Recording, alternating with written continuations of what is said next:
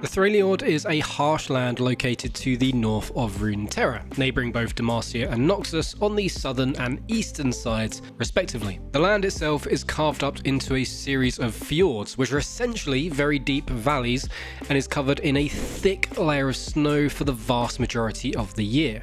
The winters in the Freljord are, as you may expect, pretty rough, with only a few hours of direct sunlight each day, with other parts, mostly to the north, getting absolutely zero sunlight at all. Gathering the resources needed to survive in these extreme environments is very difficult indeed, which makes it nearly impossible to sustain any large group of people for any prolonged period of time, as there simply isn't enough food, firewood or water to support everybody. Because of this, most people in the Freljord belong to fairly small tribes dotted around the region, which move from location to location throughout the year as they search for more food and other resources that they might need. And it's not uncommon for these tribes to work together or even against each other to improve their chances of survival.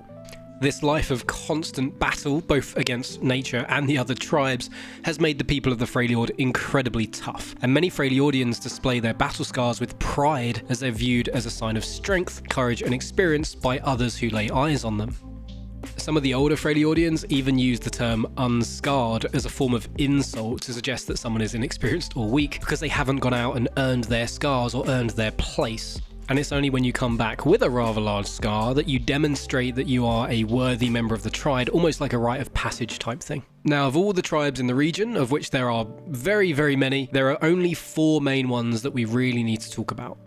And those are the Avarosan tribe, the Winter's Claw tribe, the Frostguard tribe, and the Ursine tribe. In the most recent history of the Freljord, we do know that many of the smaller tribes are now allying themselves with one of these 4 larger tribes, but more on that a little bit later on. We'll first cover some history and a little bit of magic.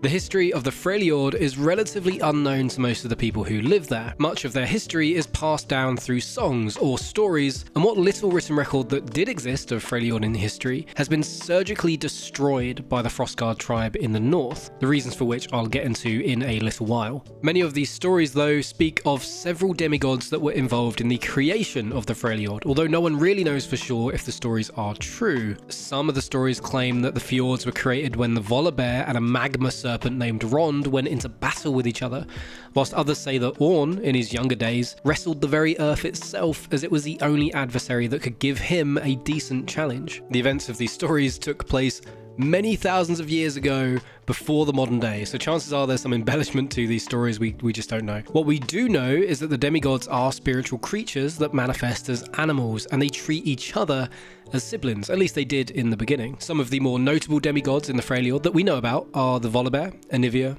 Orn, the Seal Sisters, and some others whose names that we do not know, such as the Fox, the Elk of Bones, and the Two-Headed Raven. There are more than this, but we don't know too much about them outside of some flavor text from the World of Runeterra card game, and an odd mention here and there from some of the short stories put out by Riot, so we're just focused on these ones for now. Now, shortly after the creation of the Freljord, as the humans began to settle there, they also came to worship these gods, these wild gods, and would attempt to earn their favour. The Volibear followers, for example, became known as the Ursine, and they were gifted by the Volibear the ability to shapeshift into bears themselves. Orn in particular was revered by craftsmen across the world, with people venturing to the Freljord to settle on the slopes of Hearthhome, a mountain that Orn had chosen to be his residence. And despite Orn perhaps being the biggest introvert in Runeterra, he did come to admire the perseverance and dedication and the skill that his followers had when it came to their craft. Other wild gods like Anivia welcomed humans into the Freljord and showed them safe places to settle, earning their worship in turn. Eventually, around 1,000 years after the demigods came to the Freljord and the humans started to settle there, 3 human sisters rose to power and attempted to control the rampant magic around them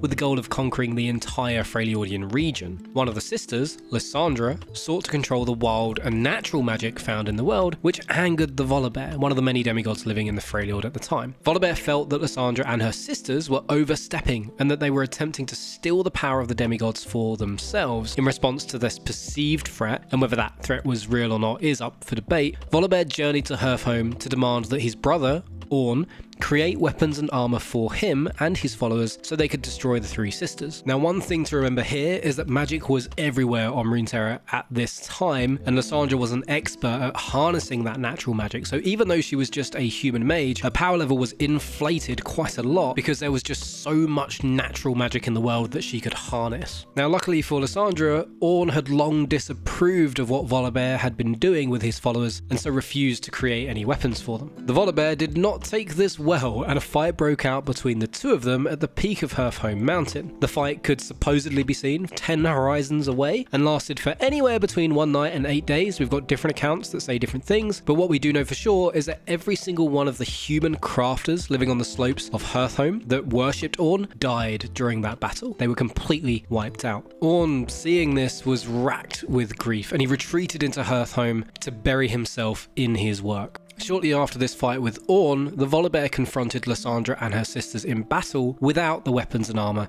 from Ornn.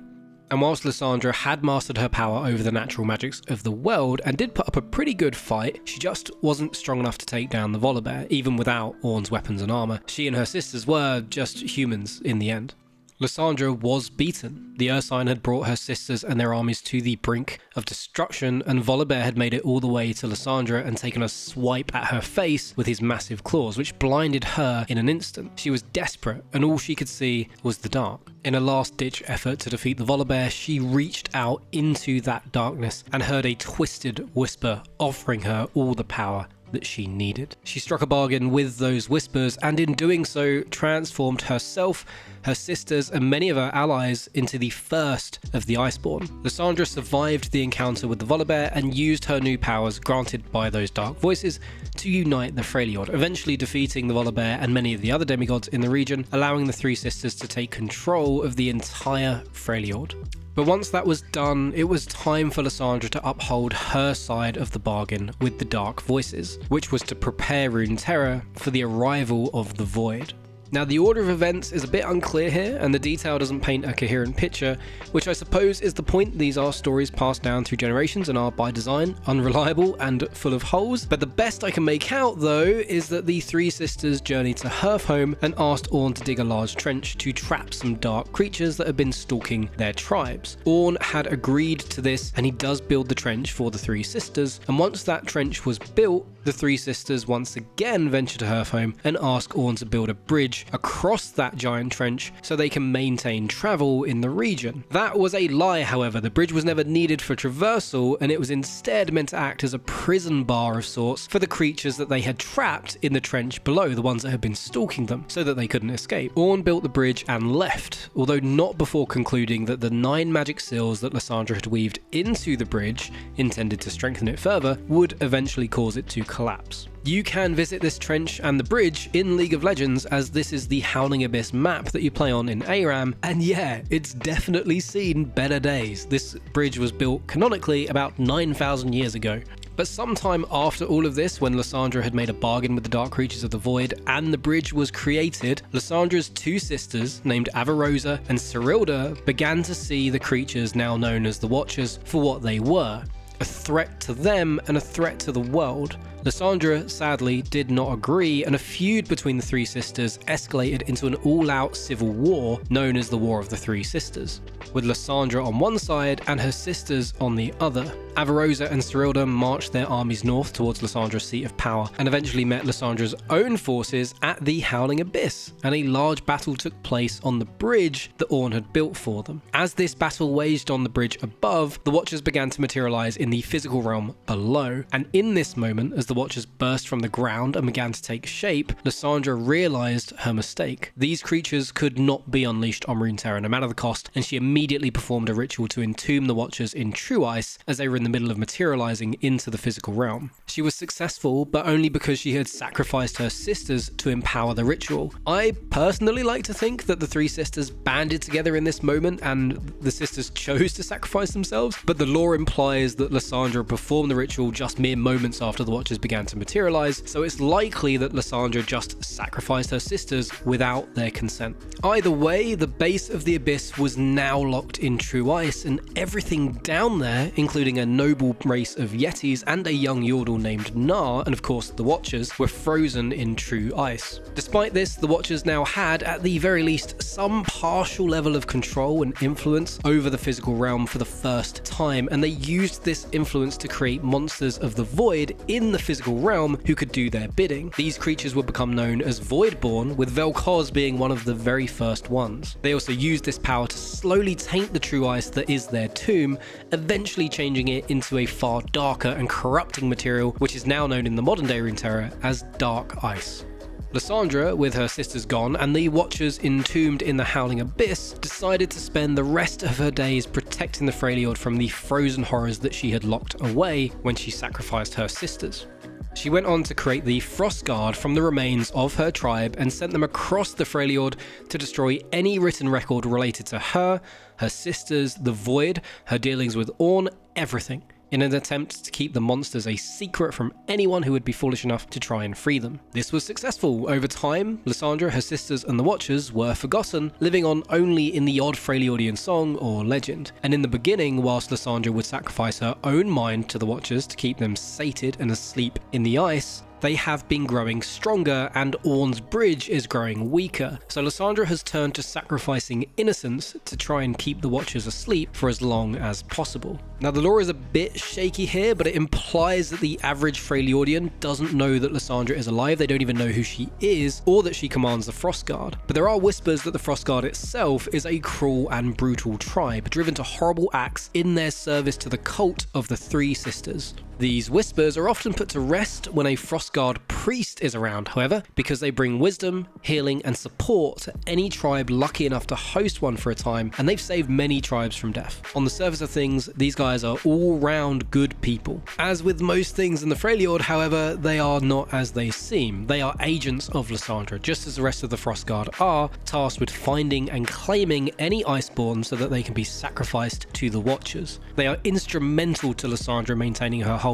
on the Freljord and keeping those who live there blind to the threats that live beneath their very feet. So devoted are they, just as the rest of the Frostguard are, that they are willing to kill the ones they love in the name of their mistress.